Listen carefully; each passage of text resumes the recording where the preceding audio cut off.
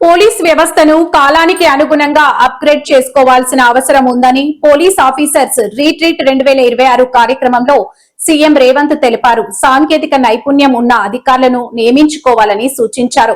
భవిష్యత్తు అవసరాలను దృష్టిలో పెట్టుకుని పోలీస్ శాఖ కోసం 25 ఏళ్ల యాక్షన్ ప్లాన్ సిద్ధం చేసుకోవాలని పేర్కొన్నారు.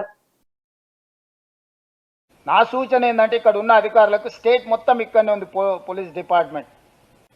సో ఈ రోజే స్వతంత్రం వస్తే ఈ రోజే పోలీస్ డిపార్ట్మెంట్ను ఒకవేళ ఏర్పాటు చేసుకుంటే రాబోయే 25 ఇయర్స్కి మనం ఎట్లా యాక్షన్ ప్లాన్ రెడీ చేసుకోవాలనుకుంటున్నామో మీరు దాన్ని ప్రిపేర్ చేయండి. దాని మీద మీరు డిస్కషన్ చేయండి.